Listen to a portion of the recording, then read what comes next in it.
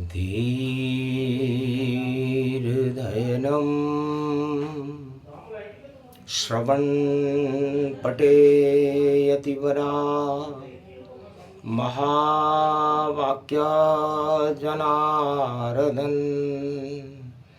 सच्चिदानन्दत्वं शरणं ब्रजेश। यादवेन्द्रं दयादाता पुंडरीक्षा क्षीरसागरशयनं कमलनयनं नमस्तुते नमामि श्रीहरि। धैर्य से जिसको धारण किया जाता है, कर्ण पटमों से जिनका पान किया जाता है, ऐसे सच्चिदानंद भगवान श्री यादवेंद्र सरकार को मैं नित्य ही चिंतन करता हूँ, नमन करता हूँ। जिनको नमन करने से मंगल आदि मंगल तो हो ही जाते हैं, साथ ही में बहुत बड़ा बल मिलता है मनुष्यों को। पवित्रा एकादशी परम पावनी मंगलदायनी, राम मंत्र जपते रहो, सावन में ये आए, पाप हटा देती है जग से और पवित्र कर पाए। सरयू तट पर जन्म राम का और पावन अयोध्या धाम, चारों युग में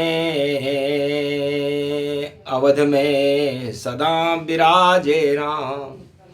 तो गुरु ग्रह पठन गए रे रघुराई, अल्पकाल विद्या सब आई। पर्यावरण भरपूर था, सुंदर कुटी छवाए, गुरु वशिष्ठ गुरु राम के जो विद्या देत सिखाए। भगवान राम को गुरुकुल में अयोध्या में गुरु वशिष्ठ ने विद्या सिखाना शुभारंभ किया कि हे राम, 12 कल अवतार हो, करो जगत उद्धार।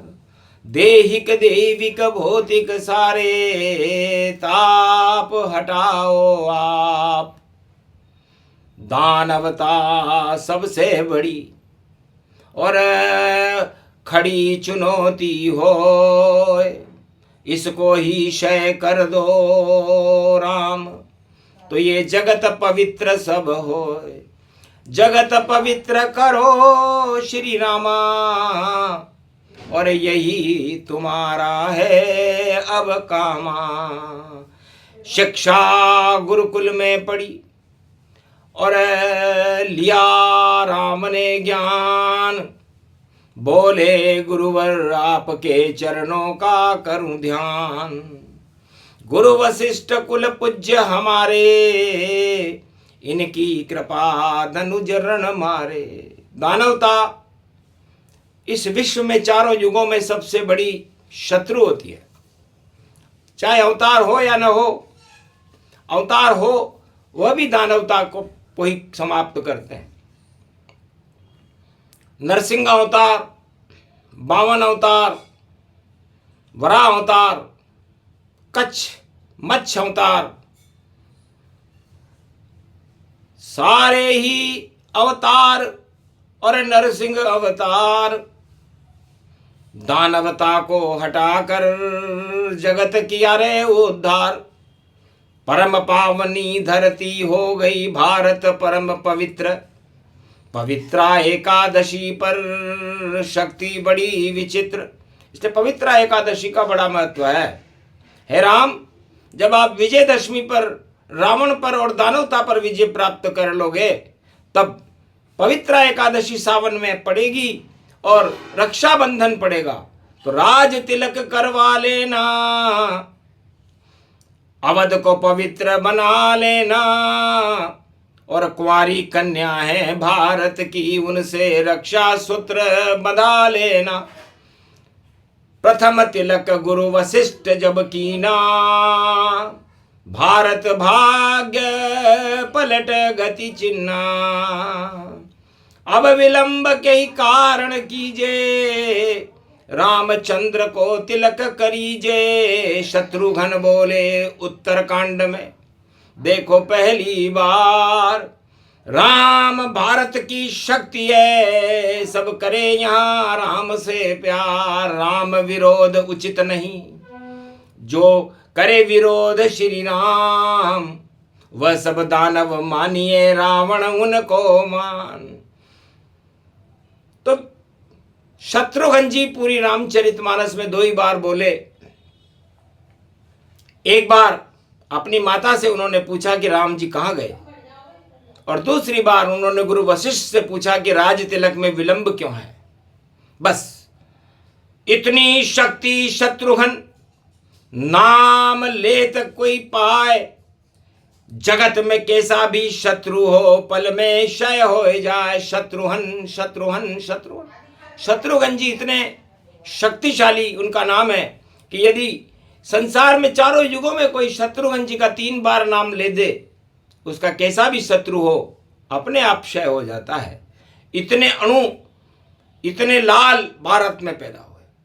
भरत भरण पोषण गति जाना, नंदीग्राम बैठे श्री राम। श्री राम करते करते राजगद्दी को छोड़कर भरत जी राम प्रेम की राम पाउड़ी को माथे पर रखकर राम के चरणों का ध्यान करने लगे। हनुमान जी पवित्र एकादशी पर पवित्र होने के लिए राम चरणों के दास बन गए और राम के चरणों का ध्यान करने लगे। गुरु वशिष्ठ के चरणों का राम ध्यान करने लगे। शिवजी बालक राम का ध्यान करने लगे। कौशल्या, दशरथ, सुमित्रा, केकई सब लाल चार पैदा हुए। मन में आए विचार, ऐसी शक्ति जन्म गई अवध में, करेगी बेड़ा पार। सारे अवधवासी सदा करे राम का ध्यान, ये पवित्र एकादशी और वाणी करे गुणगान। तब गुरु वशिष्ठ ने कहा कि रावण की एक ही कला है, वह अपनी सोने की लंका, अपने 1.25 लाख परिवार और सारे संसार में सबको दानव बनाना चाहता है। मानवता को फूटी आंख से भी देखना नहीं चाहता, और यही उसकी सबसे बड़ी कमजोरी है। किसी भी राजा की सबसे बड़ी कमजोरी वही होती है जब वो अपने आप को देखे, अपनी सत्ता को देखे और अपने परिंदों को देखे और उनकी इच्छाओं को पूरी करके आंख मींच ले, तो वो राजा सब रावण समाना और कृपा नहीं करे उन पे भगवाना। श्री राम का हो प्रकोप जब ऐसे राजा होए, जब जब राजा ऐसे होए, राज गद्दी क्षय होए। सतयुग में हिरणाकश की गद्दी हुई समाप्त, और त्रेता में रावण का अंत करे रघुनाथ, और द्वापर में कंस का और कौरव दल हटाए, धर्म क्षेत्र बना दिया भारत। श्री कृष्ण गीता सुनाए, और कलयुग में भी अंधेरा घोर अंधेरा होए। सावन में रविवार की और एकादशी जय होए। सोमवार सावन पड़े, बड़े पवित्र एकादशी जान, इसीलिए वाणी में गुरुवर दे रहे भारत को ज्ञान। तब रामचंद्र चौंके, सुन वशिष्ठ की बात, महाराज अब विजय करा दो, ये सदा गुरु के विजय गुरु के हाथ में होती है। इसलिए भारत की शिक्षा, भारत के गुरुकुल सुंदर, सौंदर्यपूर्ण और ज्ञानवर्धक होने चाहिए। जब युवा पीढ़ी ही गुरुकुल में और गौरव रूप बनाएगी, तो ईश्वर शक्ति भारत को फिर जगत गुरु सोने की चिड़िया बनाएगी। घर गुरुकुल में रहे अंधेरा, होता बंटाढार। सबसे पहले गुरुकुल को सुधारो, तब हटे जगत अंधियार, अंधियारा हटाती है शिक्षा और दे रहे गुरु ये ज्ञान। रामचंद्र लंका में अंधेरा और लंका स्वर्ण समान, सोने की नगरी है लंका। एक भी गुरुकुल लंका में नहीं है, लंका में कोई गुरु ही नहीं है।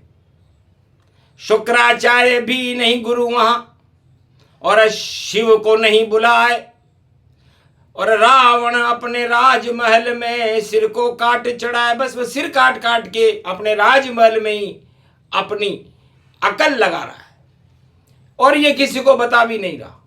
इसलिए अंधकार लंका में रामा, और नहीं ज्ञान का वहां कोई कामा। सारे योद्धा अज्ञानी है, फैला लंका में अज्ञान, एक भी गुरुकुल नहीं वहां पर। और बोले तब हनुमान, हनुमान मंदिर मंदिर प्रति करी शोधा, देखे वहां पर अगणित जोधा, नहीं कोई गुरुकुल वहां पर देखा।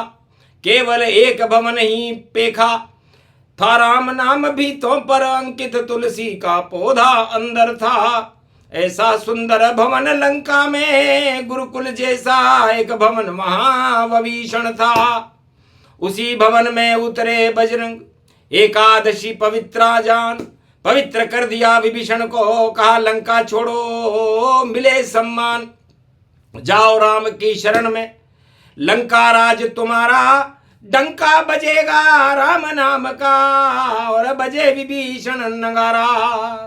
बात मान ली पवित्र एकादशी पर, पाप की लंका होए, और इसमें अब मैं नहीं रहूं, ये लंका क्षय होए। मारी लात विभीषण जब ही, आयुहीन लंका हुई तब ही। एक ही ज्ञानी व्यक्ति था जो गुरुकुल चलाता था राम नाम का।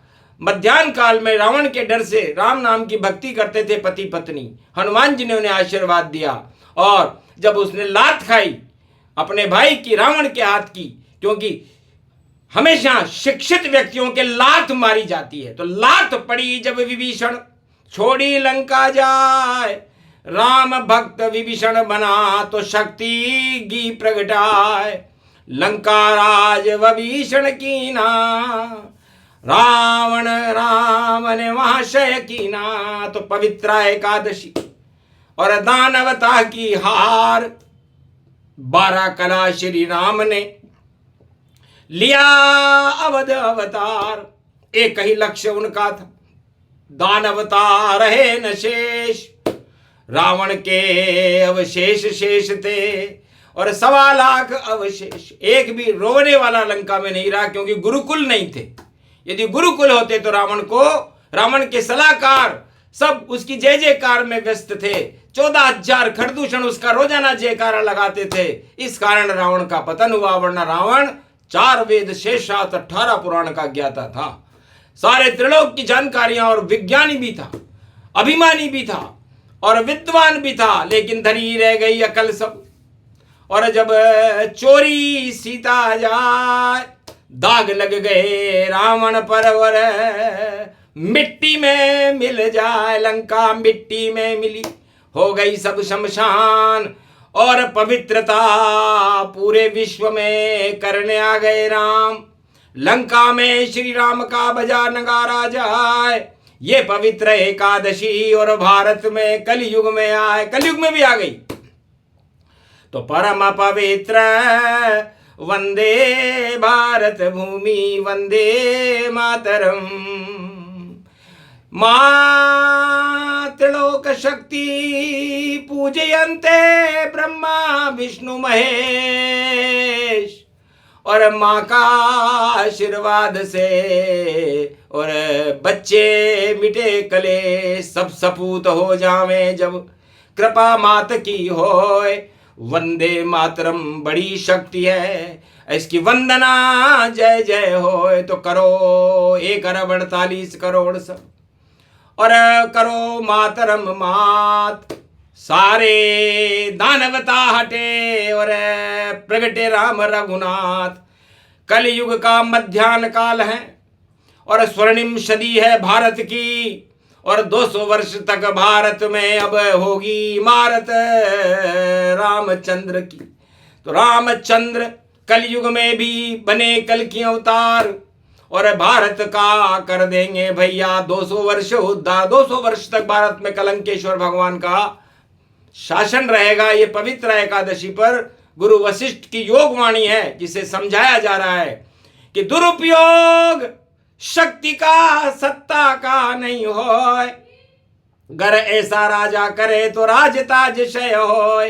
रावण का क्षय हो गया और कंस कुंभकर्ण हट जाए, कौरव सारे हट गए, हिरणाकश मिट जाए। इसलिए दुरुपयोग सत्ता का कभी न करना कोई। ये भारत तो राम जन्म भूमि है और भारत राम की जय जय हो। ये पवित्र एकादशी सबको करे पवित्र और सुगंध बसंत की फैलती रहे। ऐसे राम विचित्र सुंदर श्री रामा दशरथ सुत व्यापक सुख धामा कौशल्यानंदन हितकारी। और पवित्र हो गया रे आज भारत, बोले सब नर नारी। दानवताहारी अब की बारी और संकट उस पे सारी। जीतेंगे रामचंद्र रघुनाथ और युवा शक्ति बलिहारी। जय जय श्री रामा जय सुखधामा, अभिनंदन करे वाणी। आशीर्वाद देओ भारत को और बाट जो है भारत के प्राणी। प्रकट हुए रघुनाथ तब एकादशी पवित्र और हाथ कृपा का रख दिया। कलयुग राज विचित्र, कलयुग में भी राम राज का सपना हुआ साकार और पूरे भारत में पवित्र एकादशी को हो गई राम की जय जयकार।